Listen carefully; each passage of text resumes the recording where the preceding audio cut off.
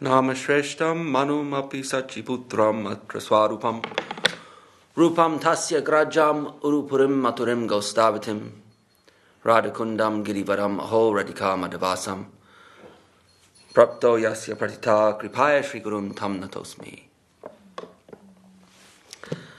That's a traditional mantra prayer offered in the Sri Chaitanya Saraswati Math before giving a talk of any kind, a spiritual talk, by Raghunath Das Goswami. And it glorifies everything that the Gurudev, one's Guru, has brought into one's life. A whole list of items. In the Mangalacharna of Sharanagati, published by the Mutt, there is the Mangalacharna means like the introduction, auspicious kind of introduction, invocation it's called. There's a verse, there's a similar verse, but it's specific to Bhaktivinoda Thakur. So the Nama Shreshtam verse by Raghunath Das Goswami talks about all the items that his Guru has brought, but it's also very, very generic in the sense that the Guru is considered to be delivering these things. Rupa Goswami, Radhakund, a proper appreciation for the holy name. Sachiputram, Sri Chaitanya Mahaprabhu. All of these, Govardhan, service to Govardhan, and etc. Eventually service to Radha Madhav. And in the Mangalacharna to Sharanagati, Bhaktivinoda Thakur's Sharanagati, Srila Guru Maharaj, Srila Bhakti Rakshak Sri Tadeva Goswami Maharaj, composes a verse to Bhaktivinoda Thakur, and that is Guru Dam, Grantha Dam, Gaura Dam Dam, Nam Dam Muda, Bhakti Dam, Buri Dam, Vande Bhakti Vinodakam Sada. And that is describing everything that Bhaktivinoda Thakur has mercifully given. Guru Dam, he's given the Guru, who is, of course, Bhaktisiddhanta Saraswati Thakur. Grantha Dam, Grantha means scriptures. He's delivered much writing and much elucidation into the scriptures. Guru Dam, Grantha Dam. Gaura Dam Dam, so he revealed the birthplace of Mahaprabhu. Nam Dam Muda, appreciation again for the holy name. Bhakti Dam, Buddhi Dam, taste, Vande Bhakti Vinodakam. So he's offering his obeisances to Jai Gurudev, Hare Krishna. Jai Srila Gurudev. So he's listing all the items that Srila Bhaktivinoda Thakur has delivered. And this is common, this mantra is commonly recited on the days connected with Bhaktivinoda Thakur. But the first item on that list is Guru Dam. So he's the giver of the Guru. These are all the things that Dam means the giver. So he's listing all these items that Bhaktivinoda Thakur has given. And the first is Guru Dam. So he's given Bhaktisiddhanta Saraswati Thakur. So today, as everyone knows, is the disappearance day, Tirobhav Titi, of Bhaktisiddhanta Saraswati Thakur. And following that verse is a verse in glorification of Saraswati Thakur. It goes, Svairat Chadabdi Samagyan Jivan Gorangri Pankaje Utridya Sharanapatir Mahatmyam Samabodayat Yastasya Bhakti Siddhanta Saraswati Prabhur Guru Atyudara Padambo Ja Duli Sham Janma Janmani. So it's a wonderful verse that says that the basic function of Saraswati Thakur is to transport the jiva soul from Svairat Charabda, from a place of whimsicality, to the lotus feet of Gauranga Mahaprabhu. Svairat Charabdi Samagyan Jivan Gaurangri Pankaje. So that's a nice verse that I like to remember. It's very beautiful. said that the disappearance days and the appearance days of Vaishnavas are both powerful days in that one is traditionally considered a happy day and the other is traditionally considered a day for lamentation and mourning. And although that may be superficially true, Param Gurudev has said that both days are auspicious and capable of spiritual benevolence. That when the Vaishnava is born, then their presence in the world is delivering mercy. And when they die, or when their physical presence is no longer with us, then they cast their glance around. And that merciful glance is a time of heightened spiritual potential for all of us in terms of receiving mercy. So although it's superficially a sad day, particularly for those directly connected, for the disciples, it's also a day of festivity if it's considered that the perfect devotee is returning to their eternal Leela. Then it's a day of happiness for Krishna. Krishna's in a group. And what pleases Krishna also pleases the devotee. When Guru Maharaj passed away, Param Gurudev passed away, then Gurudev at some point afterwards on that day went before the deities Guru Gauranga, Guru Gauranga and Dava Govinda Sundarji, and noted with his transcendental vision that they were in a particularly happy mood. They seemed to be smiling, dancing more joyfully than normal. And he understood that they've been reunited with their servitor, with their dear servitor. So the day, although outwardly we say inauspicious, the Guru has disappeared, inwardly it's also very auspicious. A little like the concept or the dynamic of Vipralambha, where there is separation. There is a bhava, Vipralambha bhava means the bhava of the mood of separation, where there's no contact, overt contact between the devotee and Krishna. But inside of that external pain of separation is internal joy. So it's a paradox that won't work materially, but is very powerful spiritually.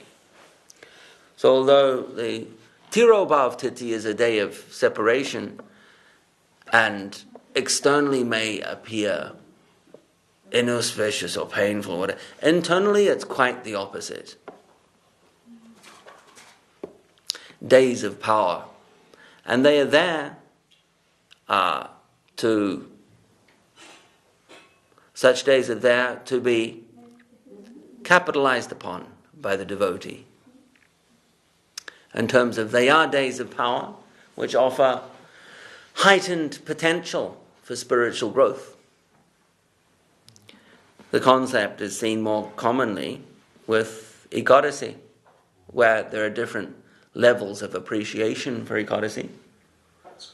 One is the yogic perspective, where the moon's relationship with earth influence bodies of water, particularly salt water.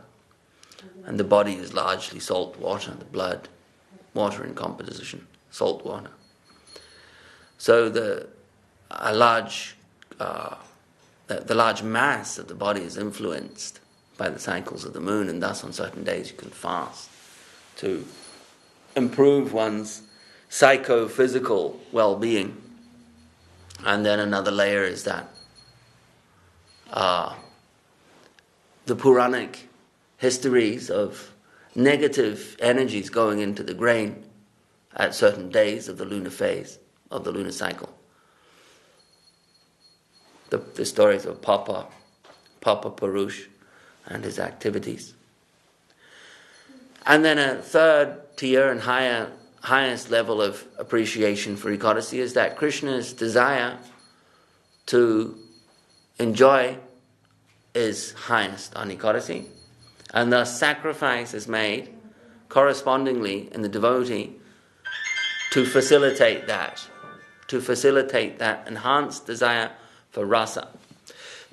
Rasa is also ruled, rasa is watery, so we see the water connection, but it's not just physical watery substance, but spiritual rasa. So the devotee makes an extra effort to capitalize on that, say for Krishna's pleasure and also for the devotee's own benefit. So this same principle applies on Avirbhav, appearance, and Tirobhav, disappearance days of the Vaishnavas, where there is an increased capacity for spiritual growth, for appreciation and spiritual growth. Could be said like being on double pay or something. Everything is rewarded. There's increased reward attached to all service. So today is that day connected with Bhakti Siddhanta Saraswati. So you can say give some biographical appreciation of Srila Bhakti Siddhanta Saraswati. He was born in Jagannath Puri in 1874.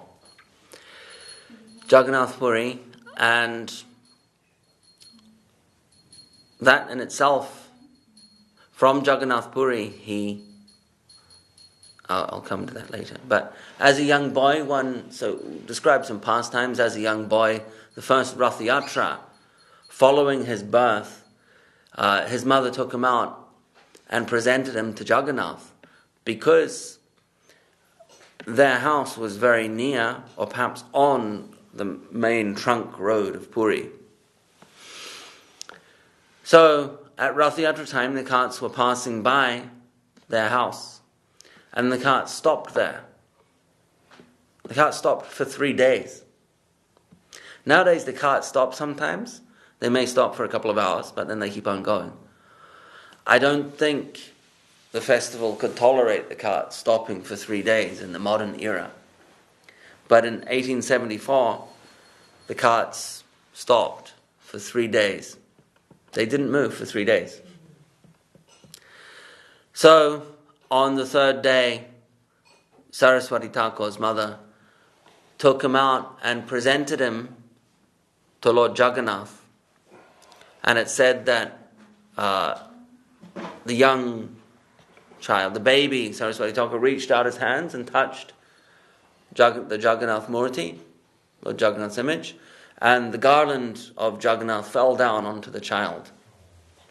And when that happens, it's considered to be a great auspicious omen, a sign of great mercy being delivered. And after that, the carts began to move again. Of course, this greatly pleased his parents, and everyone present, of course, able to see such a miraculous sign from Jagannath himself. And it's said that from Utkala, which is Orissa, a great movement or a great force will arrive, and that will, it's said somewhere in the scripture, I'm not exactly sure where, Guru Maharaj, again, Param Gurudev references it, that from Utkal, Orissa, a great spiritual energy will arise, and it will have a tremendously purifying effect on the world. And the disciples of Saraswati Thakur, they note that Saraswati Thakur was born in Orissa, and then from his preaching activities, a great purifying influence then spread around the world.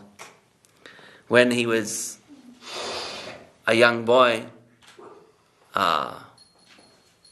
pre-toddler, preschool, perhaps 4 years old, pre-primary school, 4 years old or so, he ate a mango without offering it. And his father, Bhaktivinoda Thakur, mildly rebuked him, saying, "Oh, you should offer these things before you eat them." So he made a vow then, as a young child, literally a baby, just a young boy, to not eat mangoes ever again. And of course he kept that vow. He never ate mangoes, which is pretty easy if you live in the UK or Ireland. but in Bengal, in India, Bengal, it's not so easy. There's a lot of very nice mangoes in mango season. But he kept that vow. And often some of his disciples also, in honor of that, they didn't eat mangoes either. They said, if our Gurudev is not eating mangoes, then we're not going to eat them either.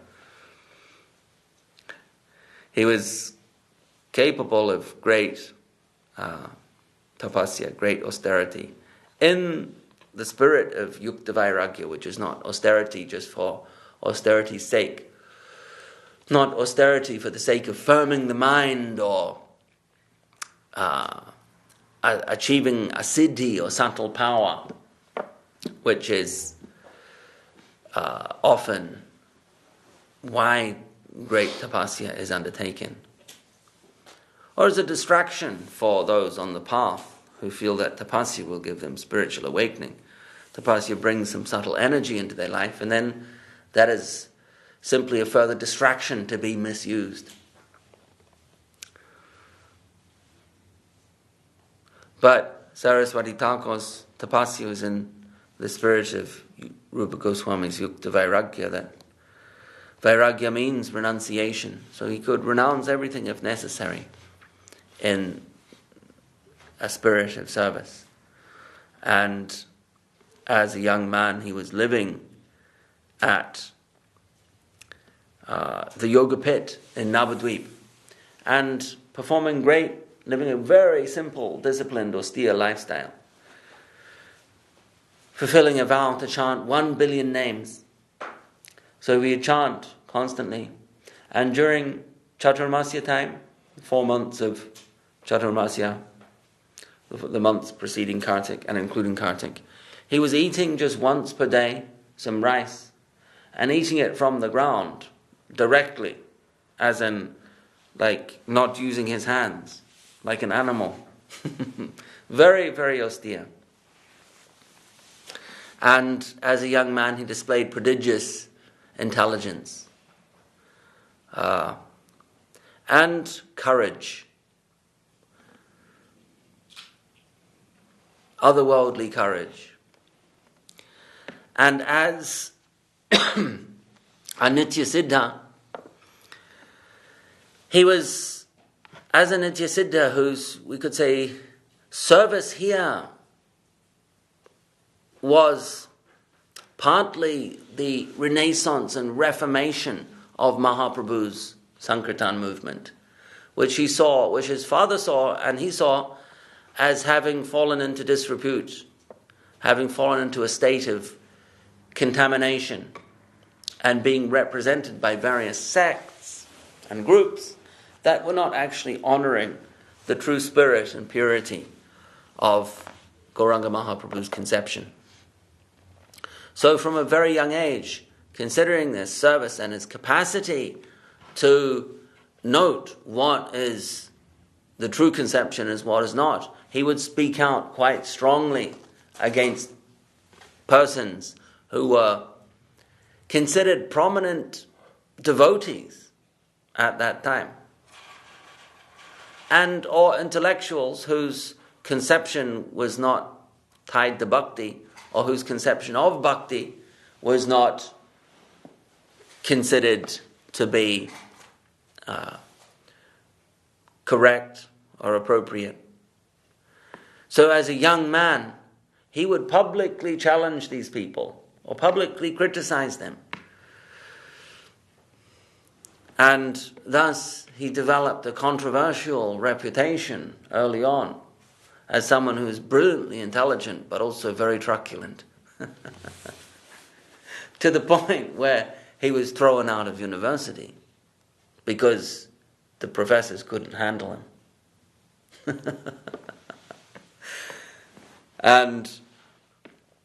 But he was uncompromising. He said, whatever may come, but I must speak the truth and I must protect the dignity of Gauranga Mahaprabhu's Sampradaya. So that was his spirit, displayed from a very young age. There was no compromise. Very strong in his approach.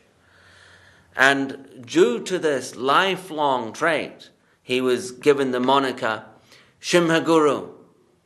Shimha Guru means the lion guru.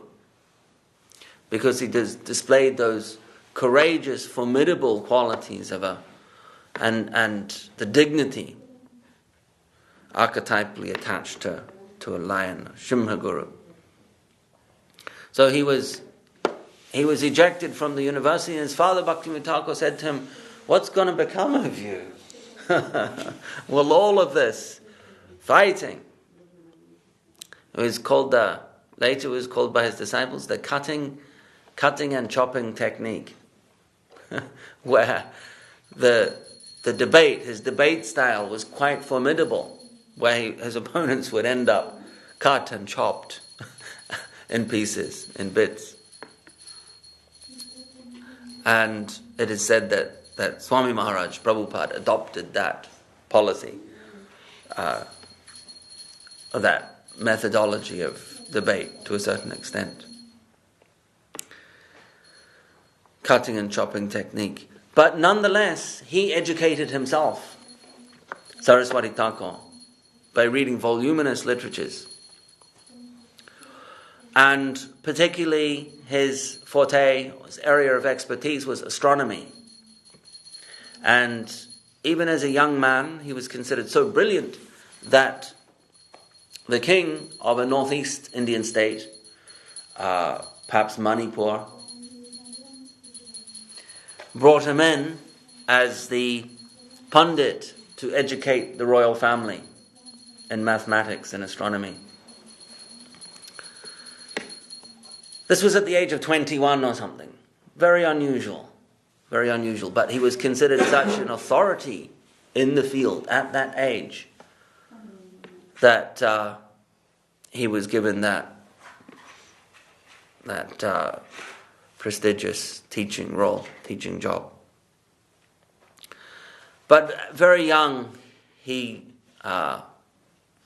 gave up his academic and intellectual activities and dedicated himself to the mission of Mahaprabhu, which was his father's mission.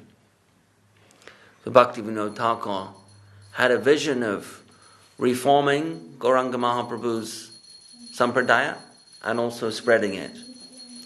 So, in other words, purifying it and then distributing that purified substance. And at one stage he laments that who is there to honor my conception and to preserve it? Is there anyone? He writes this in a letter, and Saraswati Thakur sees it, and it's a moment of epiphany perhaps for him. And he takes that mission on board.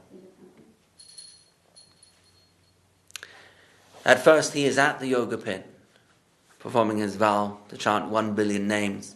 And it's said that one morning he is swimming in the Ganga, taking his bath in the Ganga, and he sees a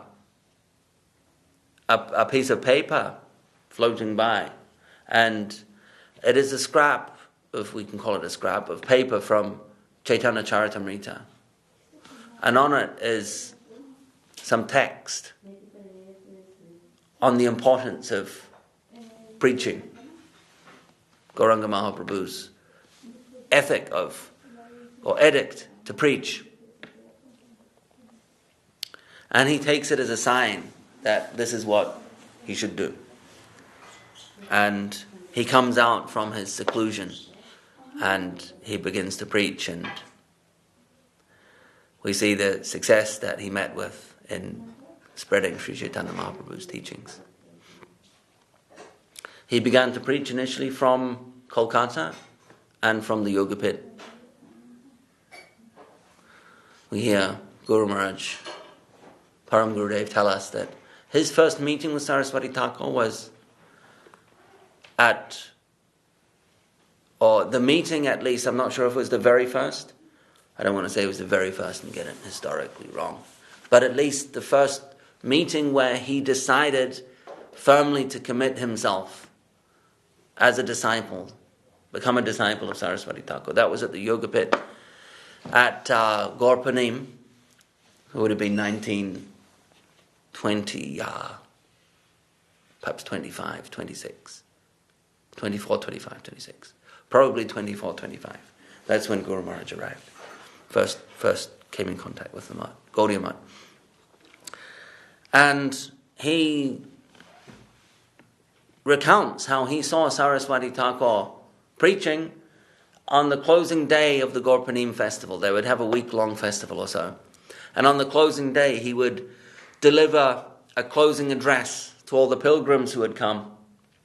So they would sit around and he would give a concluding address, and then they would go to their respective homes. So our Param Gurudev was sitting there in the audience listening to this concluding Gorpanim address. And Saraswati Thakur is saying, now all of you have come here because of some attraction to Gauranga Mahaprabhu. Now he's saying, don't cheat me. Don't cheat me. Don't defraud me. Saying, it is not quite enough to come for a festival. He's saying, what is on offer here requires you to give your heart, to give your everything. And saying, consider it as if the whole world is burning. There's nothing of interest there outside of Gauranga Mahaprabhu's lotus feet. And he was so impassioned in his exclusivity and intensity and dedication to Gauranga Mahaprabhu that his face was flushed red.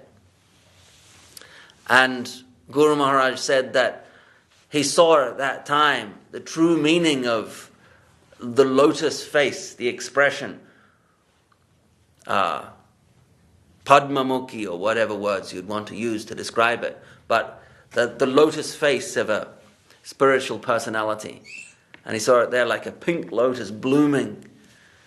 And he saw then that Saraswati Thakur carried the true conception of devotion and dedication to Gauranga Mahaprabhu, of sacrificing everything and exclusive dedication, devotion to Gauranga Mahaprabhu.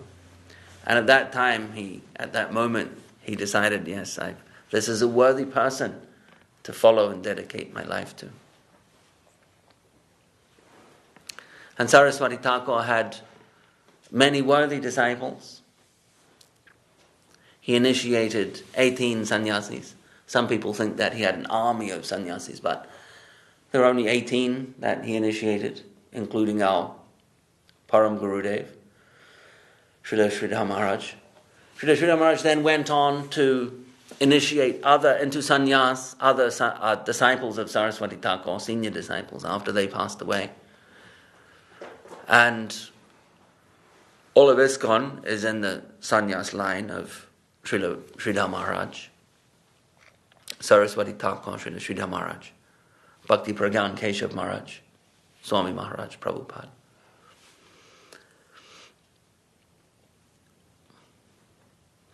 So Saraswati Thakur is known for his uncompromising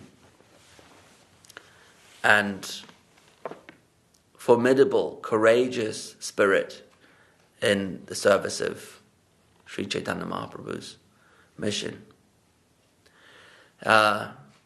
When Guru Maharaj was asked what was the basic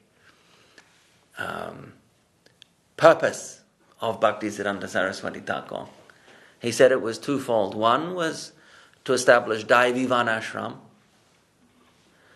and two, Radhadasyam.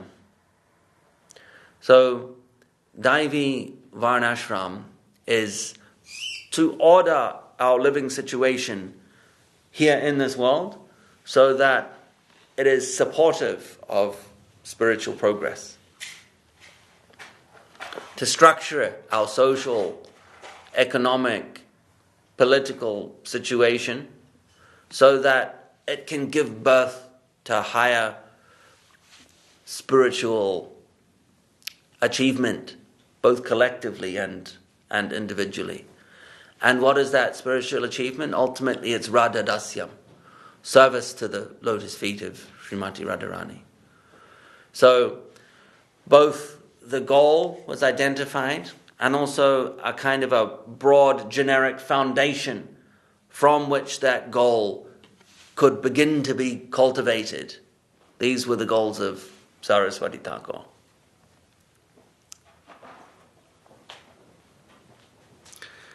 You could say it's okay to have a goal of Radhadasyam, but if one has a goal of Radhadasyam and is also extremely merciful in that they want to distribute that, which is the core of Gauranga Mahaprabhu's appearance, the distribution of this, the feeling and then distribution of Srimati Radharani's sentiment, then a true follower will attempt to further that cause. So having Radhadasyam is one thing, but then making the sacrifice to create a foundation, a social broad foundation on which society can begin to appreciate that. That is also very merciful. It's not an idea of culturing a high spiritual objective in private and at the expense of the whole world's spiritual upliftment, but also a vision of this organization of society in such a way that the whole purification of the mass, the collective mass of people, can also take place, and this high objective of Radhadasyam can be made available.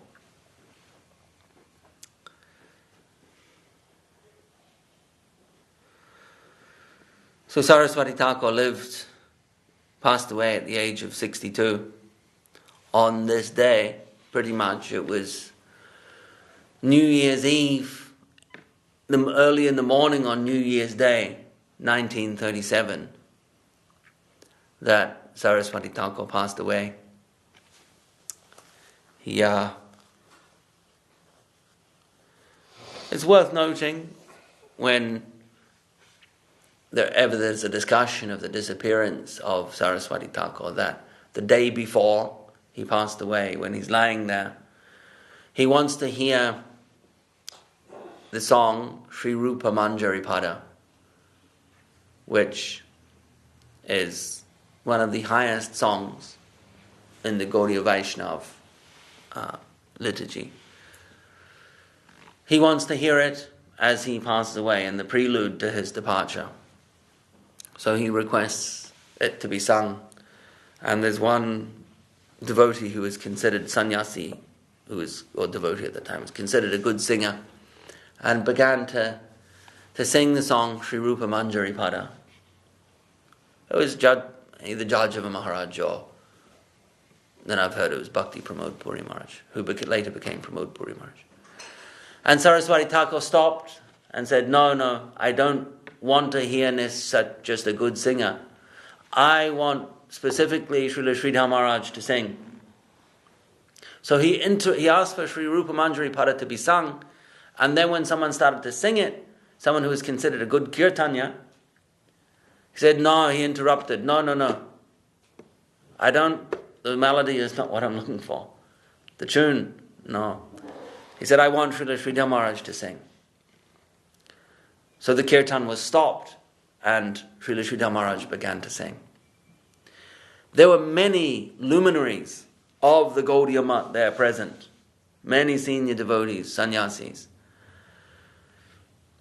And they realized at the time that a divine spiritual transmission was taking place between Srila Bhakti Siddhanta Saraswati Thakur and Srila Bhakti Rakshak Sridhar Dev Goswami Maharaj. There was a transferring of a spiritual mantle. And they said to him afterwards, kind of struck with wonder, having witnessed this event, that, wow, they said to him, you're so fortunate you've been given entrance into the exclusive and inner pastimes of Saraswati Thakur's inner world, of Madhurya Leela. And in his humility he said, well, my vision is that I've been posted as a gatekeeper, as the guardian to that domain. But it's an extremely poignant incident when recounting the glories of Saraswati Thakur, because we can recount the glories, but then we must also consider how do we ourselves serve those, appreciate properly those glories.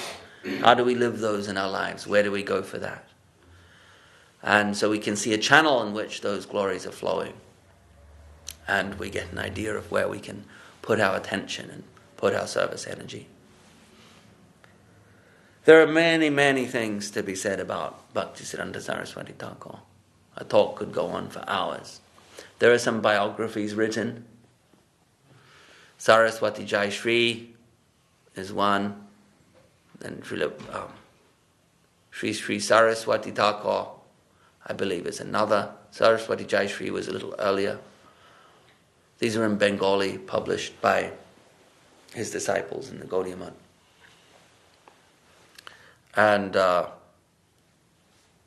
then later there's some English ones, but the English ones are pretty much based on those former Bengali works. And then, of course, there's a more comprehensive biography recently be done by one ISKCON devotee called Bhakti Vikash Swami. And he's done a multi-volume biography of Bhaktisiddhanta Saraswati Thakur, very comprehensive. It is, it's there available for reading as well. There's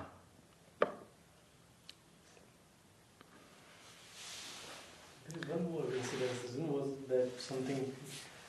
There's many incidents. Some Sahajiya was like, there was incident, he said he doesn't go near any Sahajiya, he doesn't bow down. There are many, many incidents. Yeah. We could go on for hours talking about all the incidents. Yeah. When an acquaintance of Bhaktivinoda Thakur was sitting, talking with him, and he sees the son come and he pays obeisances from a distance. And the friend of Bhaktivinoda Thakur asks him, why is your son not coming? Nearby, he pays obeisances from a distance and leaves. He says, well, he's made a vow to not come within 100 feet of a Sahaja. And the guy's like, oh, where's the oh dear me. He's very strict. Yeah, there's many, many, many stories of Saraswati Thakur. So many. But I thought today just give something of the gist of the ethos of his life and purpose. He established the Gaudiya Math to serve he was serving his Gurudev. His conception was of service to his Gurudev, who substantially, technically his Gurudev is Gaurakishore Babaji Maharaj. But the substantial connection is not with Gaurakishore, but rather with Thakur Bhakti Vinod. The substantial spiritual connection is with Bhakti Vinod Thakur. And Saraswati Thakur taught that the substantial spiritual connection trumps any formal connections. It is the channel through which the spiritual substance is flowing that is all important. And any formal connection is there to support the substantial channel, not to substitute for it.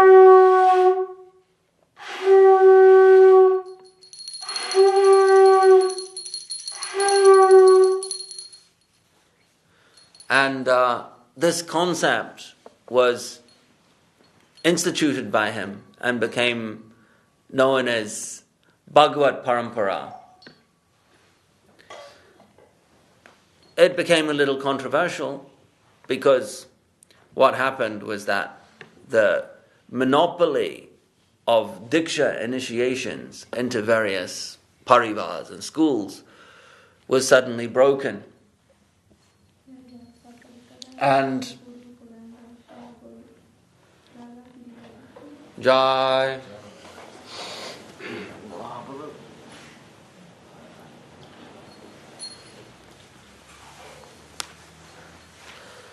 and Gauranga Mahaprabhu's mercy was made available to all. We could say it was deregulated, demonopolized.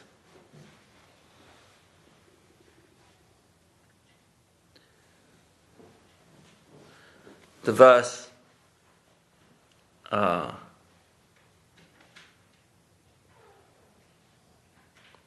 Krishna Bhakti Rasa Bhavita Matahi Kriyatam Yadhi Kutopi Labhyate Tatra Lolyam Apimulyam Ekalam Koti Janma Sukrite Nalabhyate.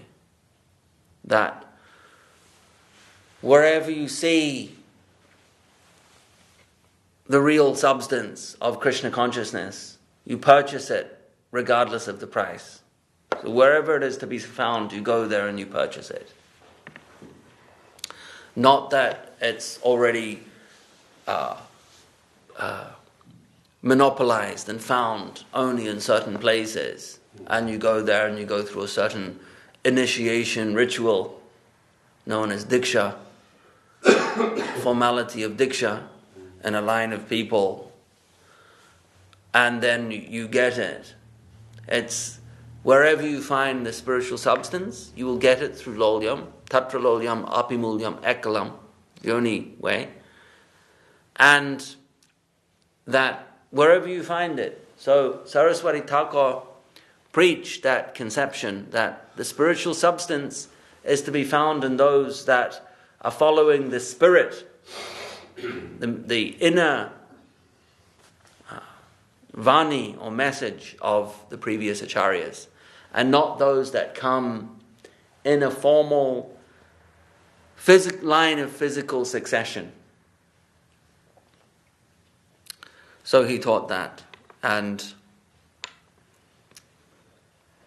established the Gaudiya Math to spread those. And in that in that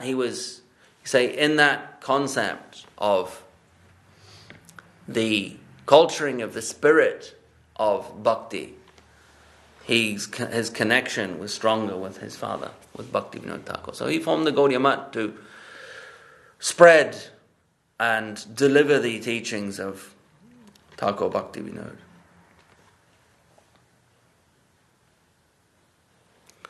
So, as mentioned, there's many more endless glories to be said. I'm sure I've missed out a couple of items that will come to mind later today, or perhaps many items.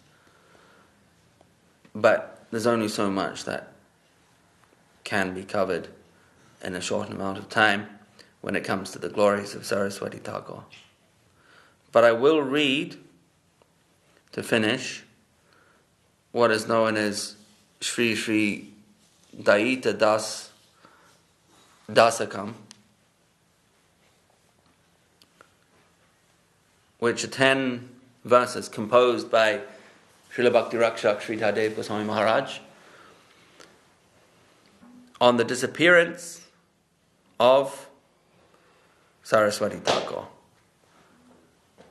So there, if anything is apt today, then it's this composition. I'll just read the English translations to save time here. There's going to be 10 verses translated. At the end of the night, when the divine daughter of Brishabhanu suddenly withdrew him into her entourage from the midst of thousands of lamenting souls, whose bodies were soaked with streams of tears, the earth, losing him, was enveloped in dense darkness, like someone who has lost the jewel of their eyes.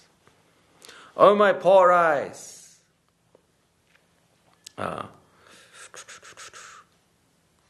O my master named Nayana, who shows miserliness with his mercy by not taking me into his company. Wherever that great soul may be, please swiftly take this servitor here.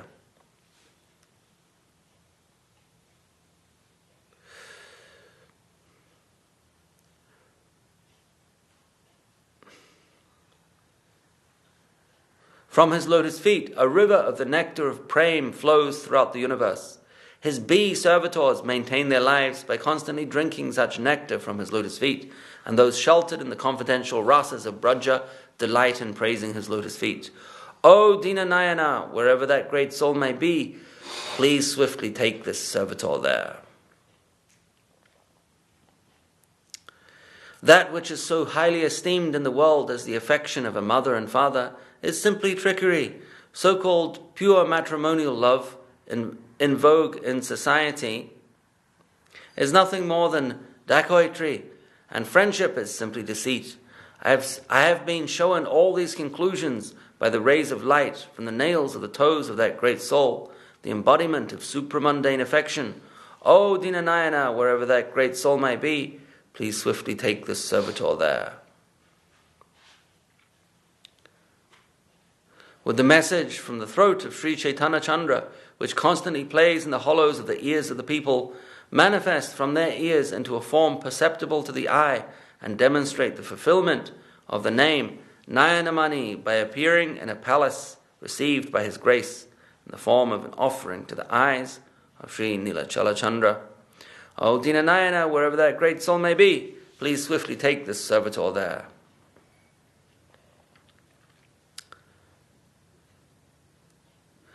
Has this golden cloud drawn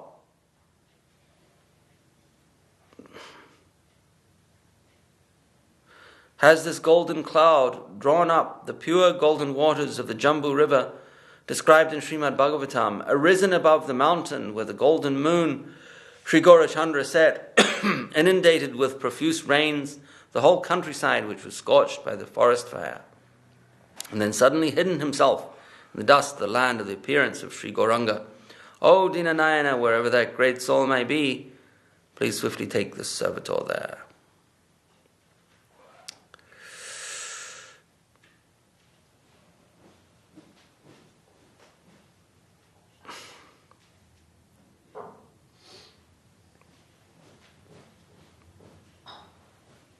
He who is golden complexion, he who accepted discipleship to the great soul known as Sri Gaurakishore, although he was the natural guru of the entire society of singers of the praises of Sri Gaura. He who throughout the district of Gauda is the repository of the glory of those who grant shelter within the pure Gaudiya Vaishnava society. He who takes pride in propounding the message given by Sri Gaura amidst the Dravidian Vaishnavas. He whose wealth in glory is seen even amidst the group of Sri Gandharva, and he who is situated in the highest position amidst the circle of Giridhari's dearmost. That is, he who is Mukunda's favourite, O Dinanayana, wherever that great soul may be, please swiftly take this servitor there. He who inundated the entire world of countless living beings, Brahmanas, Kshatriyas, Vaishyas, Sudras, less than Sudras, and even Malechas, with the ocean of nectar of the names of Sri Sri Radha Krishna, and who, although unapproachable by even the liberated and realized, is known to be the friend of the fallen and the mercy, potency of Sri Gauranga. O Dinanayana, wherever that great soul may be, please swiftly take this servitor there. Is there any hope of beholding that beautiful golden figure which bestows good fortune upon the world? Is there any hope again of beholding those dilated blue lotus eyes, that nose which surpasses the sesame flower, that forehead which belittles the moon, that tranquil lotus face, that bright lustrous row of teeth, and that charming figure replete with arms extended down to the knees? O great Dinanayana, wherever that great soul may be, please swiftly take this servitor there. In 450 of the Gaura era, in the month of Posh, during the fourth lunar phase of the dark fortnight under the Magha asterism, on the day of Brihaspati, at the time of the night's end, that extremely dear attendant of Srimati Brishabhanu Nandini, who entered the eternal Leela, O Dinanayana, wherever that great soul may be, please take this servitor there. The entire earth and sky filled with cries of lamentation from the people, from the disciples devoted to the service of Sri Guru's lotus feet. Where has that great soul gone? Alas, today the entire universe seems devoid of separation from Prabhupada. An eternal servitor of his lotus feet is unable to endure even a moment of such separation. Oh, Dinanayana, wherever that great soul may be, please swiftly take this servitor there. So that's the Sri Sri Daita Dasa Dasakam, composed by Srila Bhakti Rakshak Sridhar Maharaj. There is something else I wanted to read, but I think we've gone over time. Jai Srila Bhakti Saranta Saraswati Thakur Tirobhav Maha Mahotsava Ki Jai. Hari Hare Nama Krishna Yadavaya Namaha. Hari Hare Nama Krishna Yadavaya Namaha. Yadavaya Madhavaya Keshavaya Namaha. Madhavaya Keshavaya Namaha. Gopala Govinda Ram Sri Madhusudana. Govinda Ram Sri Madhusudana. Giridhari Gopinath Madana Mohana. Chaitanya Nityananda Shri Advaita Chanda